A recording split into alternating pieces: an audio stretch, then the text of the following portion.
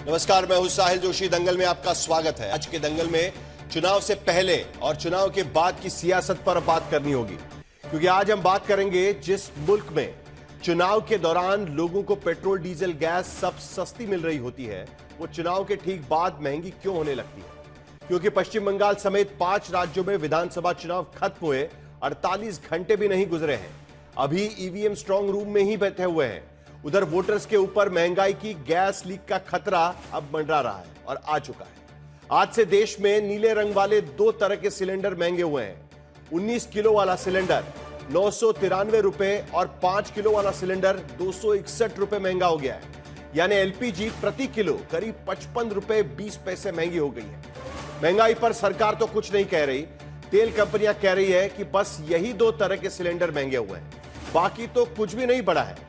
जंग में दिक्कत है लेकिन हालात कंट्रोल में है। उधर विपक्षी दल कह रहे हैं कि जब 2 साल पहले पेट्रोल डीजल से 7.5 लाख करोड़ रुपए कमाए, तब तो तेल गैस सस्ती नहीं की गई। जब $60-70 प्रति बैरल तेल था, तब तो जनता को उसका फायदा नहीं पहुंचाया गया। अब जंग हुई तो महंगाई का भार जनता पर थोपा जा रहा है। राहुल गांधी कहते हैं कि अभी तो गैस ही महंगी हुई है, अब पेट्रोल डीजल भी महंगा होने वाला है। उधर सरकार कहती है कि जंग के हालात में भी सब कुछ इतना बढ़िया मैनेज किया गया है कि किसी को भी कोई दिक्कत नहीं आई है। सरकार पड़ोसी देशों की मिसाल देती है कि आसपास के देशों में कैसे हाहाकार मचा हुआ है, खासकर पाकिस्तान की मिसाल, क्योंकि पाकिस्तान में आज ही पेट्रोल डीजल 400 रुपए लीटर महंगा हो गया है। लेकिन वही नेपाल भी है जो भारत से ही तेल लेता है, उसने पेट्रोल 2 रुपए और डीजल 12 रुपए सस्ता कर दिया है। तो आज के दंगल में हम यही चर्चा करेंगे कि क्या तेल गैस की महंगाई के पीछे सरकार जिम्मेदार है या ईरान की जंग। आखिर चुनाव के ठीक बाद तेल गैस के दाम क्यों बढ़ने लगे हैं, और सबसे बड़ा सवाल यह है कि क्या आने वाले दिनों में, क्योंकि अब चुनाव खत्म हो गए हैं, जिस तरीके से विपक्ष कह रहा है, आने वाले दिनों में क्या पेट्रोल और डीजल भी महंगा होगा। इन तमाम सवालों पर दंगल में हम चर्चा करेंगे, लेकिन पहले यह रिपोर्ट देखते हैं।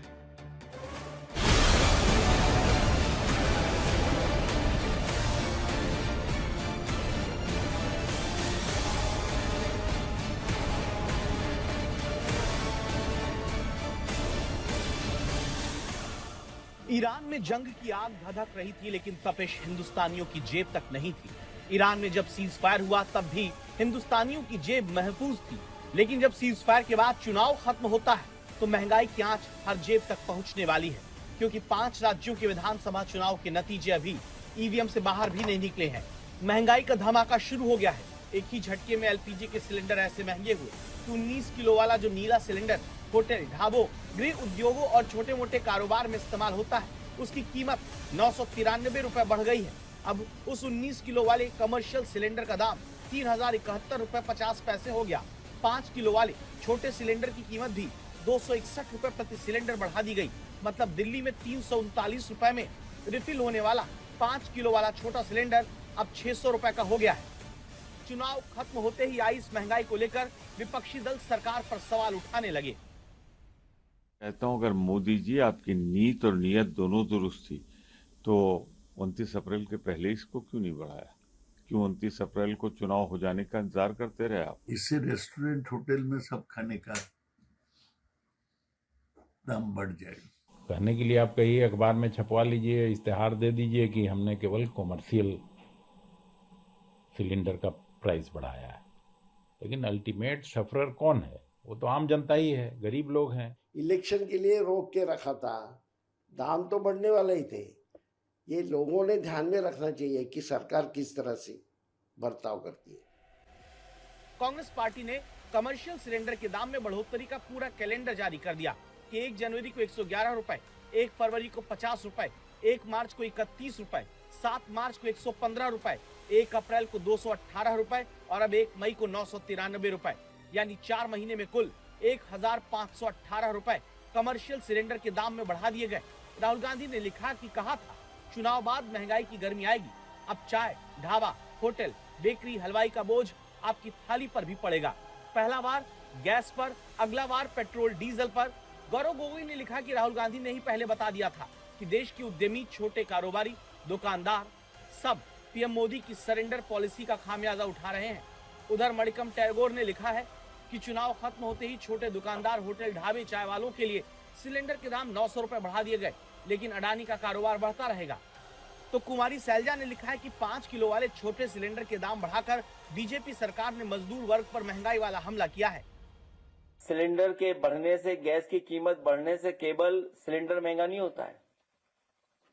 खाना पीना, रोटी, कारोबार और महंगाई बढ़ना शुरू हो जाती है। तो केवल सिलेंडर महंगा नहीं किया है, अब महंगाई बढ़ना शुरू हो गई है और देखते जाइए किस किस चीज की कीमत बढ़ेगी। हालांकि तेल कंपनियां दावा कर रही हैं कि न तो 14 किलो वाले घरेलू सिलेंडर के दाम बढ़े, न पेट्रोल डीजल के दाम बढ़े, न एलएनजी, न पीएनजी, न घरेलू एटीएफ, किसी पेट्रोलियम उत्पाद के दाम नहीं बढ़े और 19 किलो वाले सिलेंडर के उपभोक्ता तो सिर्फ 1% ही है। लेकिन उसी 19 किलो वाले सिलेंडर का असर होटल, रेस्टोरेंट से लेकर ढाबे, टपरियों तक और छोटे मोटे गृह उद्योगों से लेकर कारोबार तक कितना पड़ता है, ये देश भर के कारोबारी बता सकते हैं। के ऊपर पैसे बढ़ेंगे, गरीब आदमी क्या करेगा, कहाँ से लाएगा? 3000 रुपए का सिलेंडर हो गया, 2000 का था। तो पहले 50 रुपए प्लेट में खाना खाते थे, आज उस समय मैं 100 रुपए में प्लेट में खाना खा रहा हूँ। सैलरी बेसिक मेरी 10 से 12,000 रुपए है, हम क्या बचाएंगे, क्या खाएंगे? और पहले तो मिल नहीं रहे थे, अब मिलने के बाद अगर मिलने की थोड़ी बहुत जो कोटे की व्यवस्था हो रही है उसमें भी रेट बहुत ज़्यादा हाई कर दिए हैं, तो उससे हमारे व्यापार, ऑब्वियसली हमें रेट बढ़ाना पड़ेंगे। हम जब रेट बढ़ाएंगे तो जो कंज्यूमर है, जो नीड है खरीदने, जो खाने वाले हैं, वो उनको भी, उनके ऊपर, उनकी जेब पर ही फर्क पड़ेगा। तो ओवरऑल पूरा सर्किल घूम रहा है। खुद के आसपास था, अब हर चीज दाम बढ़ेंगे, चाय वाय पे, सब पे। पहले कितना था? क्या गैस पहले कितने में चाय बेच लेते थे? तो पहले 10 रुपए, 15 रुपए, कुल्हड़ की 15 रुपए और डिस्पोजल 10 रुपए। अब कितनी बढ़ानी पड़ेगी? बढ़ानी पड़ेगी अब कुल्हड़ की 20 रुपए होगी और 12 की गिलास में। बिजनेस पे तो असर पड़ेगा, लेकिन मेरे को नहीं समझो ना, अंदाजन आपको एक बता सकता हूँ, तो हर दिन का मेरे को 10,000 रुपए बढ़ रहे हैं, तो एक कस्टमर को अगर 5-5, 10-10 रुपए मेरे को हर प्लेट के ऊपर रेट बढ़ाना पड़ेगा। क्या ये आपके बजट में रहेगा बाहर आना, जैसे आप पहले यूजुअली बाहर आते थे? बट ऑब्वियसली वो कम ही हो जाएगा, हमारा बाहर खाना वगैरह कम करना पड़ेगा, हो जाएगा ऑटोमेटिकली। लेकिन शायद सरकार इतना व्यापक प्रभाव नहीं देखती। तेल कंपनियां गजब दलील देती हैं कि कमर्शियल सिलेंडर कनेक्शन तो सिर्फ 1% ही है, लेकिन अब आंकड़े समझिएगा, देश में 33.3 करोड़ घरेलू एलपीजी कनेक्शन है और अप्रैल में 1 करोड़ 1 लाख कमर्शियल सिलेंडर बिके हैं। घरेलू सिलेंडर महंगा हो तो औसतन परिवार के 4 लोग प्रभावित होते हैं। कमर्शियल सिलेंडर के दाम बढ़े तो औसतन 100 ग्राहक प्रभावित होते हैं। यानी अनुपातिक रूप से देखें तो घरेलू गैस की महंगाई से अगर 133 लोग प्रभावित होते हैं तो कमर्शियल सिलेंडर के दाम बढ़ने से भी 100 लोगों तक असर होता है। अब जो 2100 रुपया था, अभी हमको वो व्हाइट में 32 रुपये में पड़ेगा। इसकी असर डेफिनेटली पड़ेगा डिश में, हम जहाँ पे खाना दे रहे हैं उनको भी असर पड़ेगा। तो आम जनता बाहर खाने जाते हैं उनको भी असर पड़ेगा, रेस्टोरेंट वगैरह में थाली का भाव बढ़ेगा, सब्जी का भाव बढ़ेगा, इसकी असर हर जगह पे पड़ेगा। हमें रास्ता कुछ भी नजर नहीं आ रहा है, क्योंकि जहाँ तो हमें स्टाफ कम करना पड़ेगा, जहाँ हमें रेट बढ़ाना पड़ेगा, जहाँ हमें आइटम कम करनी पड़ेगी, कोई रास्ता नजर नहीं आ रहा है। क्योंकि एकदम बंद करने की भी संभावना, क्योंकि कई जगह हो चुका है। मुसीबत इतनी भर नहीं है। सरकार की ओर से 3 अधिकारी जो रोज प्रेस ब्रीफिंग करते हैं, उनका दावा है घरेलू एलपीजी की कहीं कोई दिक्कत की खबर नहीं। 98% ऑनलाइन बुकिंग और 93% ओटीपी से डिलीवरी हो चुकी है। कमर्शियल गैस की आपूर्ति 70% तक जारी है। सिर्फ अप्रैल में 19.5 लाख 5 किलो वाले छोटे सिलेंडर बांटे जा चुके हैं। लेकिन देश भर से जो अक्सर तस्वीरें आ रही हैं, उनमें घरेलू रसोई गैस के लिए भी लंबी लंबी कतार नजर आती है। आज तक ब्यूरो। तो जब से चुनाव प्रचार शुरू हुआ था तभी से विपक्ष लगातार ये कह रहा था कि घरेलू सिलेंडर्स के दाम और पेट्रोल डीजल के दाम शायद इसलिए नहीं बढ़ाए जा रहे क्योंकि चुनाव का मैदान चल रहा है, चुनाव में प्रचार चल रहा है। जैसे ही चुनाव खत्म हो गए आप देखेंगे कि महंगाई बढ़ना शुरू हो जाएगा। शुरुआत तो कमर्शियल गैस से हुई है जो पहले भी बढ़े थे, लेकिन क्या इसका अब धीरे धीरे पेट्रोल डीजल या घरेलू गैस की भी बारी आएगी? इस पर चर्चा होना जरूरी है। क्या अब महंगाई की मार झेलने के लिए हमें तैयार रहना पड़ेगा? इस पर चर्चा करेंगे। हमारे साथ में डॉक्टर सैयद जफर इस्लाम, भारतीय जनता पार्टी के प्रवक्ता जुड़ रहे हैं। अलका लांबा कांग्रेस पार्टी की तरफ से इस चर्चा में शामिल हो रही है। स्वयं प्रकाश पुरोहित तृणमूल कांग्रेस की तरफ से, सिद्धार्थ जराबी हमारे ग्रुप एडिटर बिजनेस टुडे के, वो भी चर्चा में आएंगे। अश्विनी महाजन इकोनॉमिस्ट और bison Mishra consumer policy expert भी इस चर्चा में शामिल होंगे, क्योंकि सबसे फिलहाल इसकी मार जो कंज्यूमर्स है उन पर पड़ रही है, क्योंकि एक कमर्शियल गैस का सिलेंडर जो महंगा हो रहा है उसका असर सीधे आप देख रहे थे, जो रिपोर्ट हमने दिखाई उससे भी नजर आता है, तो उनसे भी सवाल पूछना जरूरी होगा। 3 सवाल मैं इस पैनल के सामने रखूंगा। पहला सवाल, क्या तेल गैस की महंगाई के पीछे सरकार जिम्मेदार है या ईरान की जंग? क्योंकि इस बात को लेकर भी एक तरीके से सरकार पर ठिकरा फोड़ा जा रहा है कि महंगाई हो रही है तो सरकार जिम्मेदार है। इस पर भी हम पूछेंगे, क्योंकि स्थिति दुनिया में अलग बनी हुई है। दूसरा सवाल, आखिर चुनाव के ठीक बाद तेल गैस के दाम क्यों बढ़ने लगते हैं और ये हमेशा क्यों देखा गया, उसका भी उदाहरण मैं आपको दूंगा। तीसरा सबसे बड़ा सवाल, क्या आने वाले दिनों में पेट्रोल और डीजल भी महंगा होगा? क्योंकि ये प्रेडिक्शन तो बहुत सारे विपक्षी पार्टी के नेता कर रहे हैं। अखिलेश यादव ने प्रेस कॉन्फ्रेंस की हुई है, तृणमूल कांग्रेस की तरफ से सोशल मीडिया पर यह बयान डाला हुआ है, राहुल गांधी भी इस पर बात कर रहे हैं। तो सबसे पहले सैयद जफर इस्लाम वादा करेंगे कि अब दाम नहीं बढ़ेंगे, क्योंकि चुनाव के बाद यह डर फैलाना शुरू हो चुका है कि भाई दाम बढ़ सकते हैं अभी, और सुगबुगाहट मिल रही है क्योंकि कमर्शियल गैस के दाम बढ़ गए। देखिए, जब ऐसी कोई बात करता है तो मैं उन्हें याद दिलाना चाहता हूं कि कुछ दिन पहले ही जब ईरान, इजराइल और यूएसए का वार चल रहा था, तभी सरकार ने एक्साइज ड्यूटी पेट्रोल और डीजल पे कम किया था, बढ़ाया नहीं था। पूरी दुनिया में जिस तरह के हालात बने हैं, सप्लाई चेन डिसरप्शन है, ऑयल सप्लाई में डिफिकल्टीज है, उसके बावजूद सरकार ने घटाया है एक्साइज ड्यूटी कम करके, टू इंश्योर के इन्फ्लेशन पे ज्यादा असर नहीं पड़े और महंगाई ना पड़े, आम नागरिकों को इसका दुश्वारी ना हो और उसके जेब में कोई इसका असर ना पड़े। लेकिन आप इस बात को एक्नॉलेज करना ही पड़ेगा, हम इसी दुनिया में रहते हैं जहां पर पूरे दुनिया में भारत भी एक कंट्री है। भारत को आइसोलेशन में कोई दूसरी दुनिया में नहीं रहता है।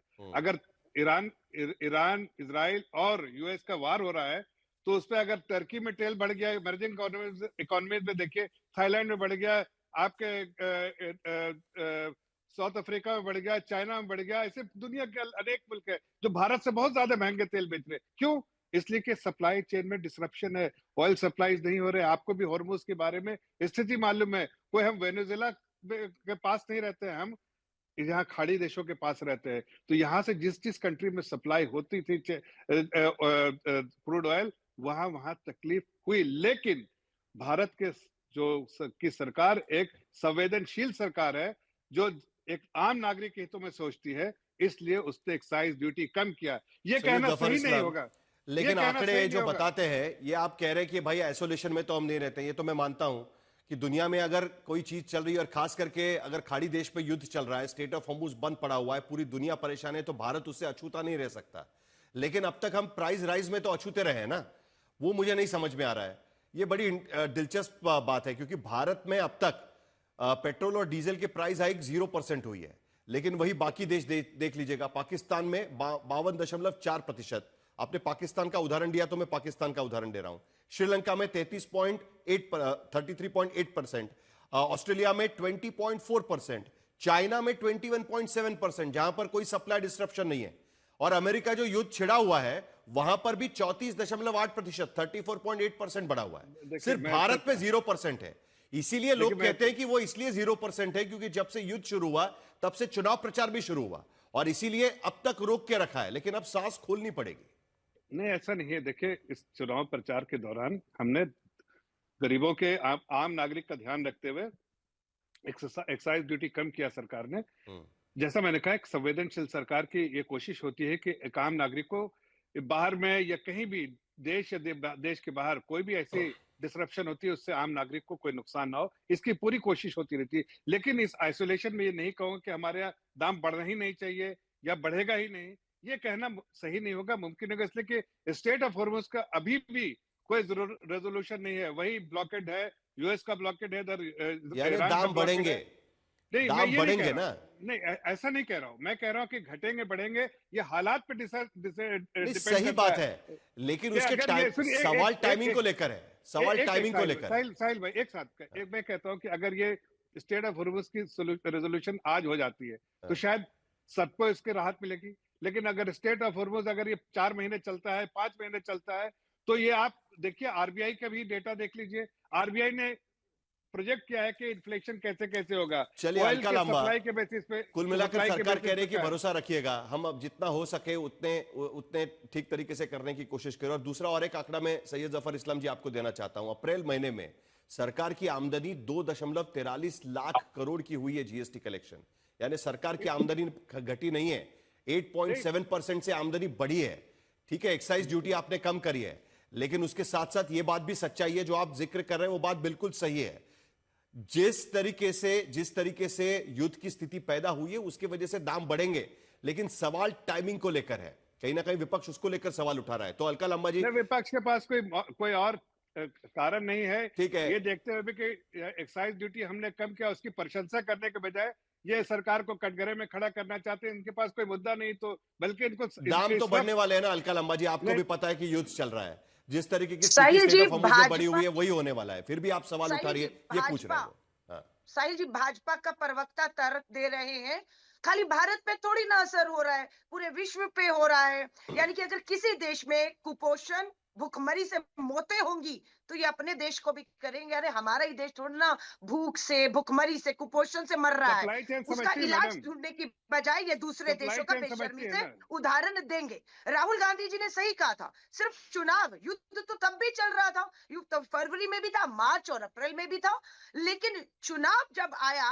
तो आपने 60 रुपए घरेलू सिलेंडर के चुनाव से पहले बढ़ाकर 1 महीने तक 1 रुपया नहीं बढ़ने दिया, क्योंकि बढ़ाते ही चारों राज्यों में चुनाव हार जाते, इसलिए टाइमिंग बहुत जरूरी था। जैसे ही 29 तारीख को बंगाल में वोट हुआ और इन्होंने सीधा कमर्शियल सिलेंडर पर हमला बोल दिया और 3000 रुपए पार कर दिया। ये कह रहे हैं बेशर्मी से एक्साइज ड्यूटी कम की, बिल्कुल 11% एक्साइज ड्यूटी तो कम करते हैं, पर मुनाफा आप ही ने बता दिया साहिल जी, 2.43 लाख करोड़ का फायदा सरकार को हुआ है और तेल कंपनियों को कितना फायदा हुआ है? 1.34 लाख करोड़ का फायदा कंपनियों को हुआ है। आपने कहा 11% एक्साइज ड्यूटी कम की, जनता को क्या लाभ मिला? उनको तो पेट्रोल और डीजल की जो कीमत देनी थी आज भी हम वही दे रहे हैं। आज मैं आपको प्रधानमंत्री जी का सिर्फ एक बयान सुना रही हूँ और सुना दीजिएगा, बिल्कुल डरिएगा मत, इसको बीच में मत रोकिएगा। गरीब क्या खाएगा? और भाइयों बहनों, आज प्रधानमंत्री यहाँ आए थे, लेकिन प्रधानमंत्री महंगाई का मां बोलने के लिए तैयार नहीं है, महंगाई का मां बोलने के लिए तैयार नहीं। लेकिन अलका लंबा जी, सवाल यहाँ पर यह है कि 2012 में, ठीक है समझ में आ गया ये चुनाव के वक्त का भाषण है। एक सेकंड सैयद जफर इस्लाम जी, लेकिन अलका लंबा जी नहीं, एक मिनट, मैं जरा सवाल पूछ लूं आपसे। नहीं समझ गया मैं, ये चुनाव के समय पे 2014 के पहले जब यूपीए की सरकार की तब का ये भाषण है, ये मैं समझ सकता हूं, क्योंकि चुनाव के वक्त में महंगाई को लेकर ये सवाल उठाए जाते हैं। 2012 में जब यूपीए की सरकार थी तब तो युद्ध की, अलका लंबा जी एक सेकंड सुन लीजिए ना, क्योंकि ये सवाल उनके पास भी जाने वाला है। आपको अब आप मुझे सुनिए। नहीं आप सुन तो लीजिए। ये बताइए 2014 में युद्ध नहीं था तब का भाषण है, बचाव कर लीजिएगा, पर तब कच्चे तेल की कीमत अंतरराष्ट्रीय बाजार में $130 प्रति बैरल थी, $130 प्रति बैरल। आज क्या कीमत है बताइए देश को, साहिल जी बताइए कि आज $70 प्रति बैरल है। नहीं तो अभी तेल नहीं बढ़ा है ना, कीमत पिछले 5 सालों में सबसे निचले स्तर पर है। तब तेल नहीं बढ़ा है अभी तक, तेल नहीं बढ़ा है अभी तक। क्या नहीं बढ़ा? तेल नहीं बढ़ा है अभी तक, सिर्फ गैस बढ़ा है और वो भी कमर्शियल। आप 100 पार कर रहे हैं, 80, 90, 100 रुपया पार कर रहे हैं, बड़ा नहीं? क्या गारंटी देंगे आप और आपके भाजपा के प्रवक्ता लिखकर कहें कि नहीं बढ़ेंगे? बिल्कुल बढ़ेंगे, ये बात नहीं है। इन्होंने तो ये भी कह दिया था ये भी नहीं बढ़ेंगे। आप कह रहे हो विपक्ष, राहुल गांधी डर दिखा रहे हैं दाम बढ़ेंगे। अरे डर नहीं दिखा रहे, दाम बढ़ गए हैं। आज सुबह जब मजदूर जागा तो उसने देखा कि मजदूरी दिवस पर, आज जो मजदूर दिवस है उस पर कुल मिलाकर सैयद जफर इस्लाम, विपक्ष का सवाल यह है, और वो क्यों है वो मैं आपको बताता हूं, उसका कारण मैं आपको बताता हूं, क्योंकि एक पिछला रिकॉर्ड भी होता है ना हर किसी का। 2012 में उन्होंने 125 रुपए से सिलेंडर का प्राइस बढ़ा दिया था, तब तो कोई युद्ध नहीं था, लेकिन उसके वजह से ये आज की स्थिति में हम देखते थे कि यूपीए सरकार थी 127 रुपया प्रति सिलेंडर 2012 में दाम बढ़ाए गए थे। और आज की स्थिति में अगर हम देखें तो जो पिछला रिकॉर्ड सरकार का, देखिए 2018 में कर्नाटक के विधानसभा के चुनाव थे, तब भी गैस ऑयल प्राइसेस बढ़ रही थी। 12 मई को मतदान होता है, 14 मई को प्राइस राइज होती है। 2019 में लोकसभा के चुनाव थे, 19 मई को वोटिंग होती है, 20 मई को 20 मई को तुरंत दूसरे दिन प्राइस राइज हो जाती है पेट्रोल डीजल की। 2021 में असेंबली चुनाव, वही बंगाल और बाकी राज्यों के, बंगाल, असम और बाकी राज्यों के असेंबली चुनाव होते हैं, तब भी वही होता है। 2 मई को रिजल्ट आते हैं, 4 मई को प्राइस राइज हो जाती है और तभी 100 रुपया प्रति लीटर प्राइस हो जाती है। 2022 के विधानसभा के चुनाव होते हैं, उत्तर प्रदेश में चुनाव होने वाले होते हैं। 10 मार्च को चुनाव खत्म हो जाते हैं, 22 मार्च को एक बार फिर प्राइस राइज हो जाती है। ये ट्रैक रिकॉर्ड है ना जफर इस्लाम जी। देखिए, लोग समझेंगे कि स्थिति खराब है, लेकिन ऐसा क्यों कि टाइमिंग देखकर ही बढ़ाया जाएगा? क्यों नहीं अप्रैल में बढ़ा, क्यों नहीं फरवरी में बढ़ा, क्यों नहीं मार्च में बढ़ा? ये भी सवाल उठेगा। चुनावी लाभ भी चाहते हैं और तेल से कमाई भी चाहते हैं। सरकार और तेल कंपनियों की साठगांठ है। अलका लामा जी, मैंने उनको सवाल पूछा है, जवाब देने दीजिए उनको प्लीज। सैयद जफर इस्लाम।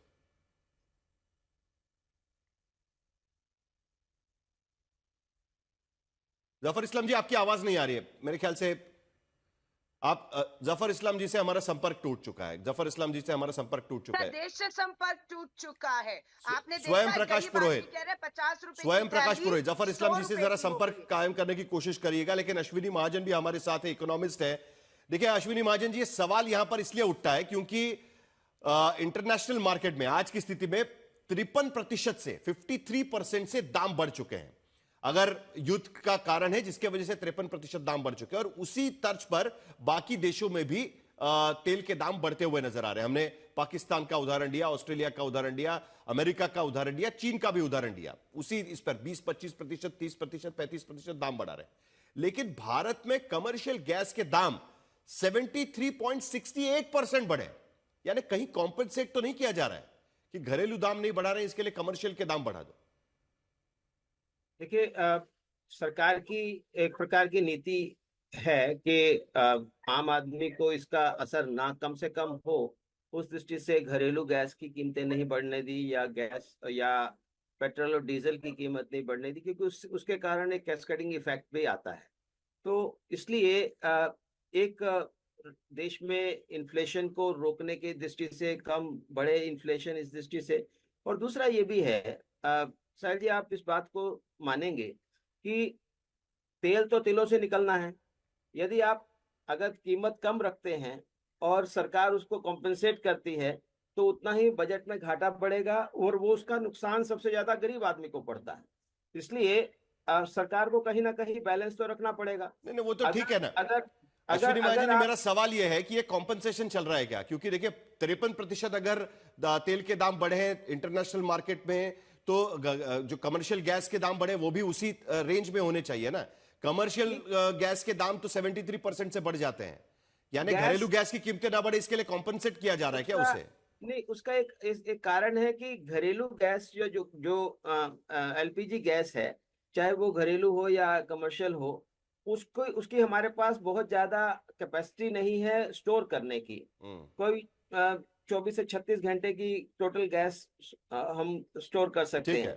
जब भी बाधा आती है तो उसका सबसे ज्यादा असर गैस के ऊपर पड़ता है। ये बात समझ में नहीं आ रही है, क्योंकि अगर जिस रेंज में दाम बढ़ रहे हैं इंटरनेशनल मार्केट में, वही ट्रांसफर होता है, क्योंकि अभी तो वो डीलिंग किया गया है। किसी भी तरीके से सरकार कंट्रोल नहीं करनी चाहिए। दरअसल सैयद जफर इस्लाम, आपका संपर्क टूटने से पहले जो मैंने आपको पूरा पास्ट बताया था कि कैसे 2018, 19, 21, 22 चुनाव और कीमतें, पेट्रोल डीजल की कीमतें। देखिए साहिल जी, ये प्राइस डायनामिक होता है, कोई स्टैटिक नहीं है कि एक प्राइस फिक्स कर दिया, ऐसा नहीं है। हालात के हिसाब से, हालात को देखते हुए, गरीब आदमी को ध्यान में रखते हुए कि उसके पॉकेट में कम से कम असर पड़े, उसको ध्यान में रखते हुए सरकार जो है, और सरकार के जो फाइनेंसेस है उस पर भी नेगेटिव इम्पैक्ट ना पड़े, सब चीज का ध्यान रखते हुए एक संवेदनशील सरकार जिस तरह से चलाना चाहिए, देश हित में, देशवासियों के हित में फैसला लेती है। ये बताने, ये जरा इनको एक मिनट बीच में रुकिए, मैं सवाल करता हूँ। प्लीज अलका लामा जी, उनको बात खत्म करने दीजिए ना, प्लीज। इनके समय इन्फ्लेशन क्या था, जरा इनसे पूछिए, और आज इन्फ्लेशन क्या है? आज इन्फ्लेशन कंट्रोल में है। आप आरबीआई के जो प्रोजेक्टेड नंबर भी है, इस डिस्पाइट के अगर बाजार में तेल की कीमतें कम हुई है, अभी भी आपने मेरे सवाल का जवाब नहीं दिया। एक मिनट नहीं, सैयद जफर इस्लाम जी, अभी भी आपने जवाब नहीं दिया। आप ये सही कह रहे हैं कि भाई डीलिंग किया गया है, उसी के वजह से जो सिचुएशन पैदा होती है उस तरीके से दाम बढ़ते जाएंगे, वो सब तो समझते हैं, क्योंकि अभी वो 2014 के बाद तो डीजल के जो प्राइस है वो भी डीलिंग कर दिया गया, तो उसका कोई मतलब नहीं है। मैं आपको स्पेसिफिक पूछ रहा हूं, ऐसी क्या सिचुएशन थी? कर्नाटक चुनाव 2018-19, अरे मैं समझ गया आपका 12 सवाल मई का को जवाब मतदान देता होता है, 14 मई को प्राइस राइज होता है, 3 महीने उससे पहले कोई प्राइस राइज नहीं होता है। 19 मई को मतदान, 20 मई को प्राइस राइज होता है। ये जो टाइमिंग है ना, सवाल टाइमिंग को लेकर उठाया जा रहा है। युद्ध से नहीं, चुनाव से लेना टाइमिंग है। देखिए सरकार, और अभी तो छोटा, अभी तो कहते हैं छोटू सिलेंडर जिसे कहते हैं, वो छोटा वाला गैस 5 किलो वाला 261 रुपए से। देखिए ऐसा है कि सरकार टाइमिंग डिसाइड करने का अधिकार सरकार का है।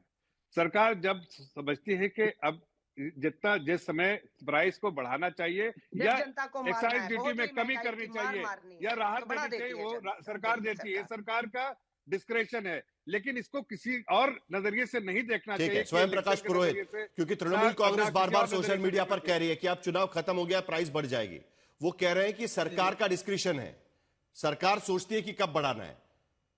नहीं, सोच समझ कर किया जा रहा है, कुल मिलाकर कहने का मतलब वो है उनका। जी साहिल जी, देखिए सबसे पहले तो मैं आपको धन्यवाद देना चाहूंगा कि सारे चैनलों में जैसे एक इंडियन प्रीमियर लीग और इंडियन पॉलिटिकल लीग, ये दो ही न्यूज चलती है। आपको साधुवाद है कि आपने देश के मजदूर दिवस के दिन गरीब बेचारे रेहड़ी वाले जो चाय बेचते हैं वैसे लोगों की मांग उठाई है कि आज जो महंगाई बढ़ी है, 1000 रुपए 50 रुपए किलो में आपने गैस के दाम बढ़ा दिया, एवरेज ऑन एवरेज 50 रुपए किलो में आपने मजदूर दिवस के दिन देश के चाय बेचने वालों को तोहफा दिया है, देश के चाय वाले प्रधानमंत्री।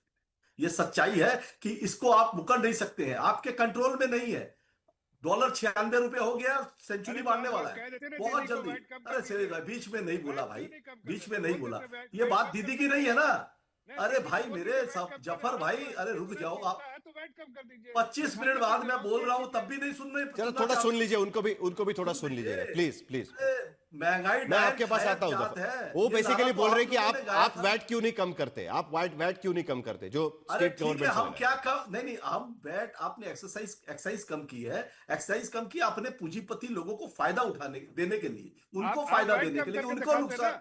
अरे भाई मेरे सुनिए, आपने कितने आप राजनीति मत करिए, आप दाम बढ़ाएंगे और हमें 2% आपको पॉलिटिकल ड्रामा चाहिए। सैयद जफर इस्लाम, चुपचाप बात सुनो, पहले बात सुनो, बीच में बकबक मत करिए। नहीं प्लीज भाषा प्लीज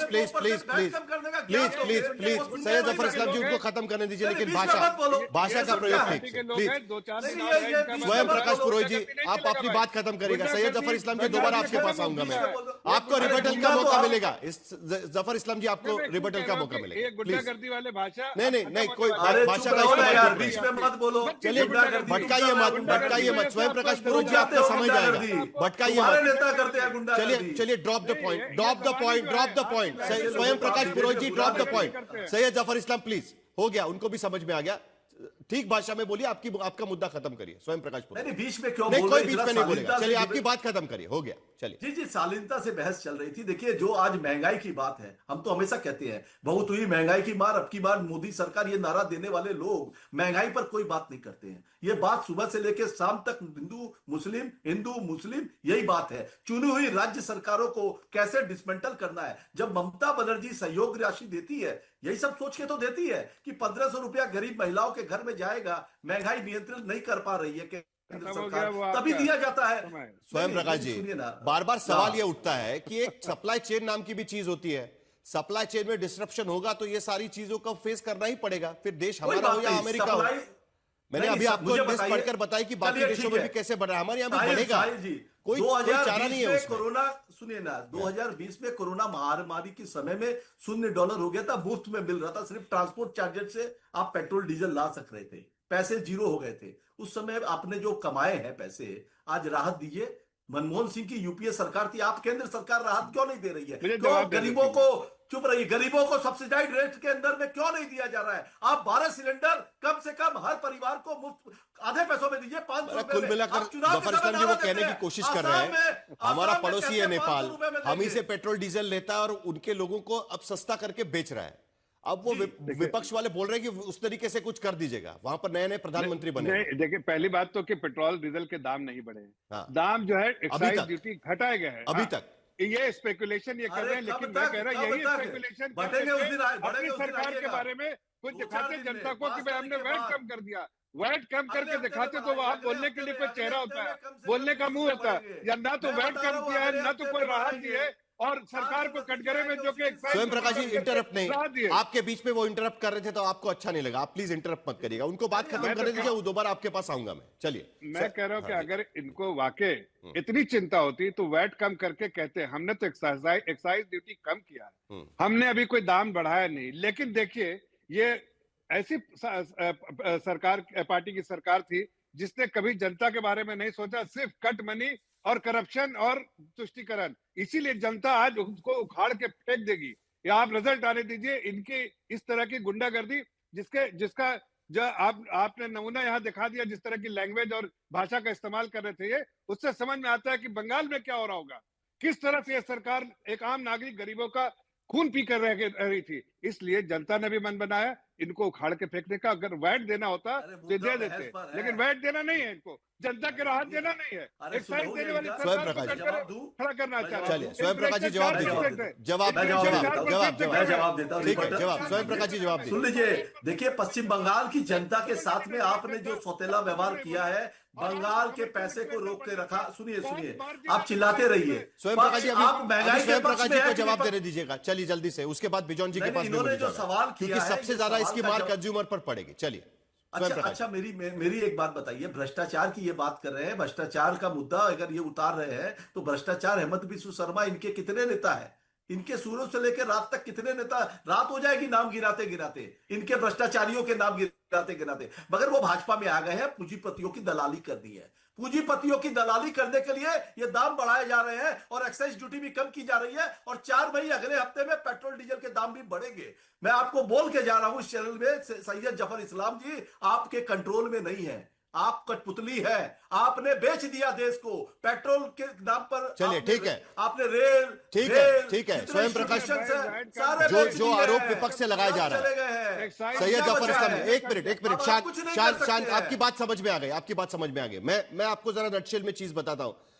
जफर इस्लाम जी देखिए, 2 आरोप खास करके, एक टाइमिंग को लेकर कह रहे हैं कि जब चुनाव चल रहा था तब जानबूझकर प्राइस नहीं बढ़ाई गई। अब इतनी प्राइस बढ़ जाएगी, दाम इतने बढ़ जाएंगे कि उसकी मार ज्यादा झेलनी पड़ेगी। कमर्शियल गैस के जो दाम बढ़ाए गए वो भी जो आमतौर पर 53% जो अंतरराष्ट्रीय मार्केट में तेल के दाम बढ़े, उससे ज्यादा 20% ज्यादा दाम कमर्शियल गैस के बढ़े, जिसकी मार भी कहीं ना कहीं झेलनी पड़ेगी। तो अगर पहले से यही स्थिति थी तो पहले से क्यों नहीं बढ़ाया, क्यों रुक गया 3 महीने के लिए? ये सवाल दरअसल पूछा जा रहा है। प्लान के तहत नहीं, ऐसा है कि देखिए, सरकार को यह डिस्क्रेशन है कि सरकार के फाइनेंसेस कैसे चले, गरीबों की चिंता कैसे की जाए, गरीबों को वेलफेयर स्कीम कैसे पहुंचाया जाए, एक आम नागरिक कैसे मजबूत हो और देश की अर्थव्यवस्था मजबूत हो, इन्फ्लेशन कंट्रोल में रहे। आज देखिए इन्फ्लेशन जो है 4 के नीचे है, आगे जो प्रोजेक्टेड इन्फ्लेशन भी 4 के आसपास है आरबीआई के। इनके समय में डबल डिजिट इन्फ्लेशन वाले लोग आज बात कर रहे हैं। आप बताइए किस तरह से एक आम नागरिक को तकलीफ हो रही थी इस तरह के इन्फ्लेशन, इतनी महंगाई से। आज तो महंगाई नहीं है, सीपीआई और जो कमर्शियल सिलेंडर का दाम बढ़ता है तो 0.01% इम्पैक्ट सीपीआई पे होता है, उसका सबसे कम इम्पैक्ट सीपीआई पे होता है। ये आपको मालूम होना चाहिए। अगर रेसिडेंशियल इस पे जो आम नागरिक महंगाई नहीं है, उस पे होता तो समझ में आता। हमने आम नागरिक चलिए, इस बीच एक ठीक ठाक खबर आ रही है, क्योंकि ईरान के विदेश मंत्री अराक्ची ने खाड़ी देशों से बातचीत की है। खाड़ी देशों पर जिस तरीके से हमले हुए थे, मिसाइल भेजे गए थे, उसके बाद अब कतर, सऊदी, इराक, अजरबैजान से बात की है उन्होंने, क्योंकि सबसे बड़ी दिक्कत वहीं से सप्लाई चेन में हो रही है। तुर्की और मिस्र के विदेश मंत्रियों से भी अराक्ची ने बात की है। इसका नतीजा क्या निकलेगा वो देखना होगा, लेकिन जंग के हालात को लेकर पड़ोसियों से बातचीत ईरान की तरफ से शुरू हो चुकी है। अमेरिका और ईरान की बातचीत तो नहीं हो पाई, लेकिन ईरान के विदेश मंत्री खाड़ी के देशों से बातचीत कर रहे हैं। क्या इससे कम से कम सप्लाई चेन जो रुकी है स्टेट ऑफ होर्मुज पर की नाकाबंदी करने की वजह से, क्या वो खुल पाएगी, सप्लाई चेन ठीक हो पाएगी, क्या तेल एक बार फिर आवाजाही ठीक हो पाएगी, इस पर नजर रखनी होगी। लेकिन फिलहाल एक अच्छी खबर ये मान सकते हैं, अगर कुछ अच्छा निकलता है इससे तो कम से कम सप्लाई चेन तो ठीक हो जाएगी। लेकिन बिजॉन मिश्रा, आपने पूरी बातचीत सुनी यहां पर। देखिए, आज की स्थिति में किसी के भी कंट्रोल में नहीं है तेल और गैस की प्राइसेस, क्योंकि पूरा सप्लाई चेन डिस्ट्रप्शन हो चुका है। लेकिन भारत ही ऐसा देश है कि जिसमें घरेलू गैस के प्राइस नहीं बढ़े हैं, लेकिन और पेट्रोल और डीजल के भी नहीं बढ़े। गलत बयान है। सुन लीजिए अलका लांबा जी, आपको मिलेगा मौका। आप बार बार ये कह रहे हैं कीमतें घरेलू की नहीं बढ़ी, यानी कि सरकार को कह रहे हैं नहीं भाजपा नहीं नहीं प्रवक्ता नहीं कि मैं बढ़ा दीजिए। मैं नहीं बढ़े, नहीं बढ़े। मैं 60 रुपए 14 रुपए किलो वाले सिलेंडर पे, 14 किलो वाले सिलेंडर पे बढ़े हैं 60 रुपए। मैं ये कहने की कोशिश कर रहा हूं कि भारत में गैस के दाम 1 दिसंबर 2024 में 1580 थे, 1 मई 2026 को 3071 19 केजी के सिलेंडर के हुए हैं, वो हुआ है। लेकिन जब से युद्ध शुरू हुआ है, जब से युद्ध शुरू हुआ है, तब से पेट्रोल और डीजल के दाम तो कम से कम बढ़े नहीं है। लेकिन क्या आज की स्थिति में हम इस बड़ी ग्रोथ या बड़े बढ़ने के इंतजार में यहां पर हैं हम लोग कि अगर बढ़ जाते हैं तो उसका बहुत बड़ा खामियाजा भुगतना पड़ेगा?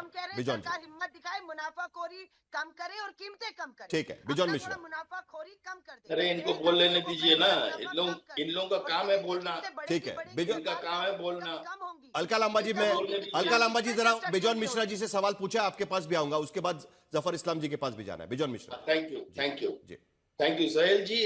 हमको ये नहीं समझ में आता है कि ऑपोजिशन के लोगों को इकोनॉमिक्स नहीं आता है क्या? उनको मालूम नहीं है क्या कि डिमांड सप्लाई पे डिपेंड करता है? हमारे 53.5 लाख करोड़ का बजट है, उसको इकट्ठा करना पड़ता है। वो पैसा कहाँ से आता है? वो आम जनता से आता है। ऑपोजिशन क्यों नहीं कहता है कि हम अपना 50% तनख्वाह घटा दें? हमारा 50% तनख्वाह, एमिनिटीज, फैसिलिटीज हम घटा रहे हैं ताकि सरकार के पास और पूंजी आए जिससे गरीबों को मदद हो। ये क्यों नहीं ऑपोजिशन कहता है? ये ऑपोजिशन क्यों चुप बैठता है उस पे? अपना जब तनख्वाह बढ़ाना होता है तब सब बैठकर पार्लियामेंट में एक साथ एक सुर में अपना तनख्वाह बढ़ा लेते हैं और ये नहीं समझते हैं कि गरीबों को कैसे आप पालन पोषण करेंगे। ये नहीं समझ में आता है इन लोगों को। अरे भाई, आपको कर के पैसे से सरकार को चलाना है। सरकार को चलाने के लिए आपको एफिशिएंटली सरकार को चलाना होता है। आप देखिए किस ढंग से इन्फ्लेशन को कंट्रोल में रखा गया है। कितने मतलब इकोनॉमिस्ट लोग ट्राई कर रहे हैं, हमारे देश के जो बड़े बड़े टैलेंट्स हैं वो इतने कोशिश कर रहे हैं कि कैसे हम डेफिसिट फाइनेंसिंग को कम करें, हम किस ढंग से सरकार का इकोनॉमी को सही दिशा पे लेके जा सके। इसमें तो कभी भी ऑपोजिशन कभी भी सराहना नहीं किए, कभी भी कॉन्ग्रेचुलेट नहीं किए, कभी भी इकोनॉमिस्ट को शाबाशी नहीं दी है। तो आज की स्थिति कहाँ खड़ी है बिजॉन जी? आज की स्थिति कहाँ खड़ी है? आज की स्थिति कहाँ है? आज की स्थिति हम कहाँ खड़े हैं?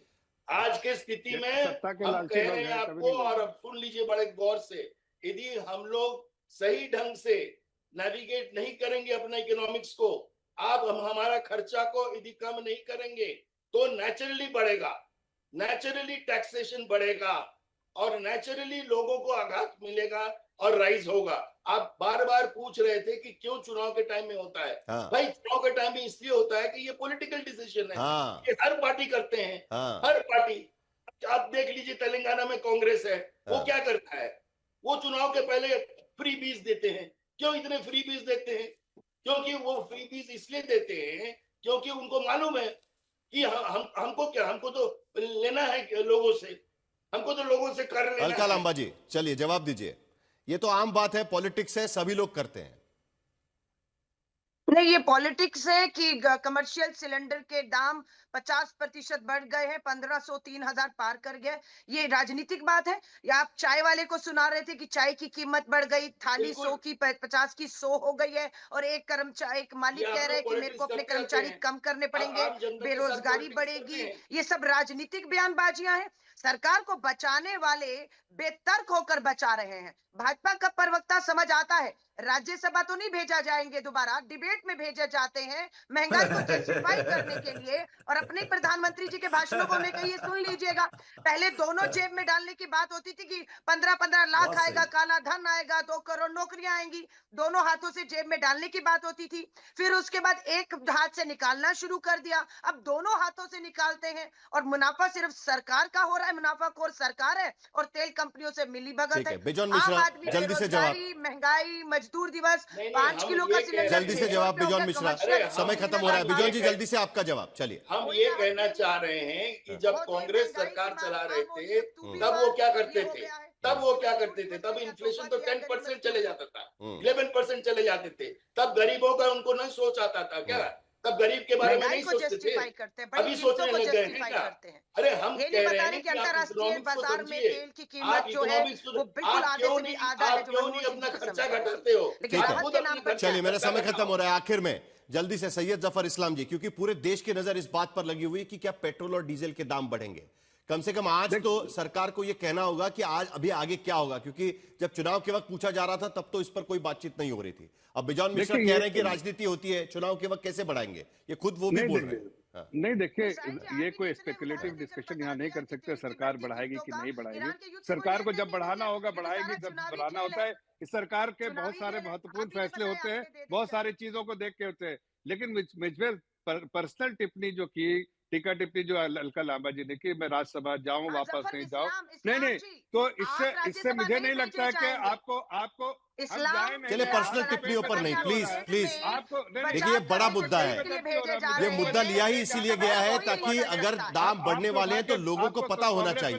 पर्सनल टिप्पणियां नहीं। जल्दी से सैयद जफर इस्लाम जी आप जी बिल्कुल ठीक है। मैं जाऊं या ना जाऊं, गैस के दाम नहीं बढ़ेंगे। पिछली डिबेट में साई जी आप और मैं थे और जफर जी थे, कह रहे थे गैस के दाम नहीं बढ़ेंगे, आज बढ़ गए। अब आप ये इनसे पूछे तेल के बढ़ेंगे या नहीं आप सोनिया गांधी को सुनाइए, आपके पेट में दर्द इसलिए हो रहा है कि आपको नहीं भेजा जा रहा है, मुझे तो भेजा जा चुका है। कम से कम हम ये तो कह सकते हैं कि भेजा जा चुका है। कोई बात आपके तो पेट्रोल के दाम जल्दी से सैयद जफर इस्लाम जी, पेट्रोल के दाम बढ़ेंगे कि नहीं बढ़ेंगे? आज की स्थिति में हम वहां पर दहलीज पे खड़े हैं कि नहीं खड़े हैं? जल्दी से जवाब सैयद जफर इस्लाम। आप तो ये पूछे पेट्रोल डायनामिक प्रोसेस है, इससे कोई नहीं कह सकता।